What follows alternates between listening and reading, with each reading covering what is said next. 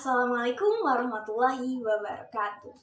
Innal hamdalillah nahmaduhu wa nasta'inuhu wa nastaghfiruhu wa na'udzu billahi min syururi anfusina wa min sayyiati a'malina may yahdihillahu fala mudhillalah wa may yudhlilhu fala hadiyalah. Asyhadu an la ilaha illallah wahdahu la syarikalah wa asyhadu anna Muhammadan abduhu wa rasuluhu alladzi la nabiyya ba'da amma ba'd. Izin memperkenalkan diri, nama saya Nabila Salim, saya dari jurusan Komunikasi dan Penyiaran Islam, Fakultas Dakwah dan Komunikasi UIN Sunan Gunung Jati, Bandung. Video ini saya buat untuk memenuhi salah satu tugas UTS dari mata kuliah Esensi Al-Quran yang diampu oleh Bapak Dr. Andes Cecep Fahrudin MAG. Maka dari itu, dalam video ini saya akan menerangkan salah satu materinya yang berjudul Pengembangan kelompok masyarakat muslim. Hari berganti, perkembangan zaman tidak bisa dielakkan. Hal ini membuat manusia memasuki arus global yang tidak bisa dihindarkan.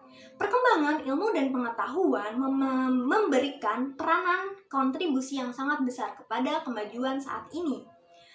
Nah, hal itu membuat eksistensi manusia sebagai khalifah di muka bumi ini menjadi sangat penting.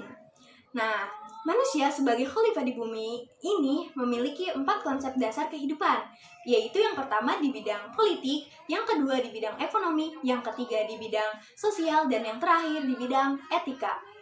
Dalam Islam, Al-Quran menawarkan prinsip-prinsip tentang kemajuan ini, yang disebut dengan istilah baladatun thayyiban wa rabbun ghafur. Nah, lalu bagaimana caranya mengembangkan kelompok muslim itu sendiri? Caranya yang pertama yaitu ada yang disebut dengan kualitatif dan kuantitatif. Nah, dalam kualitatif dan kuantitatif terdapat nilai rahmatan lil alamin. Nah, yang kedua yaitu kualitas fisik. Disebut kualitas fisik karena di dalamnya terdapat manusia-manusia yang memakan dan meminum makanan dan minuman yang halal. Yang ketiga yaitu ada kualitas non-fisik. Nah, ini tuh sifatnya tuh melekat dalam diri seperti kekayaan dan lain sebagainya. Nah, yang selanjutnya yaitu memiliki visi dan misi. Seperti sebuah kehidupan ya, pasti harus memiliki visi dan misi. Kalau tidak, maka kehidupannya tidak akan terarah.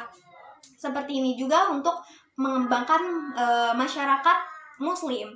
Nah, selanjutnya yaitu tahapan pengembangan kelompok muslim. Nah, setelah itu, tentu saja kan kita adalah manusia yang lahir dari rahim seorang ibu yang terbentuk dalam sebuah keluarga. Maka tahapan pertama tentu saja di dalam keluarga yang pendidikan dalam keluarga yang berisi tentang akidah, akhlak, dan syariah. Seperti yang tertera dalam surat At-Tahrim ayat 6 yang di dalamnya terdapat nilai-nilai menjaga diri dan keluarga. Lalu selain surat At-Tahrim ayat 6, ada juga surat Luqman ayat 13 sampai dengan 19 yang berisi tentang nilai-nilai tidak menyekutukan Allah, perintah berbakti kepada orang tua, pembahasan tentang amal, tentang bersyukur, dan lain sebagainya.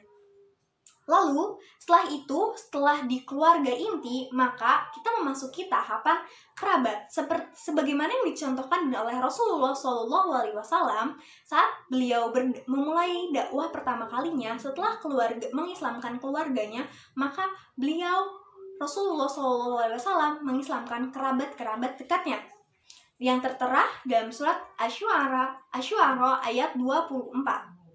Nah, setelah keluarga, kerabat, apalagi? Nah, setelah itu yaitu kegiatan sosial, melalui kegiatan atau hubungan-hubungan sosial.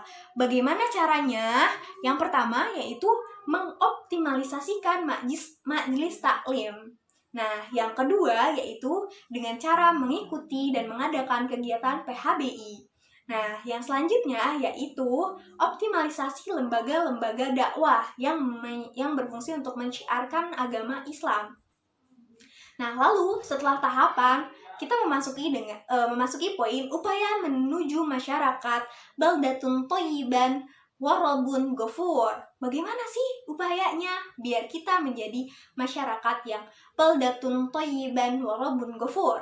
Yang pertama yaitu menanamkan prinsip umat yang satu, ummatun wahidah. Yang kedua, berorientasi bertakwa kepada Allah Subhanahu wa Ta'ala. Sudah jelas ya, itu harus banget. Yang ketiga yaitu prinsip musyawarah dan keadilan yang ditetapkan. Yang keempat, tidak saling menghina antara satu dan yang lainnya. Yang selanjutnya yaitu belajar dan mengajar. Selanjutnya yaitu perlindungan dan keamanan.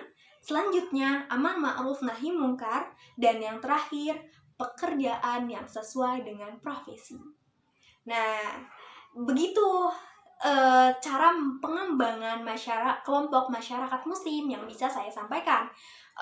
Mohon baik, sekian materi yang dapat saya sampaikan. Mohon maaf apabila ada tutur kata yang kurang sopan dan bahasa yang agak keliru, tergesa-gesa atau apapun itu.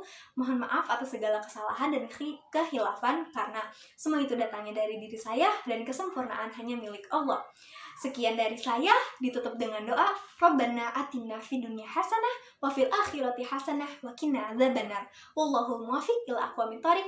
Wassalamualaikum warahmatullahi wabarakatuh.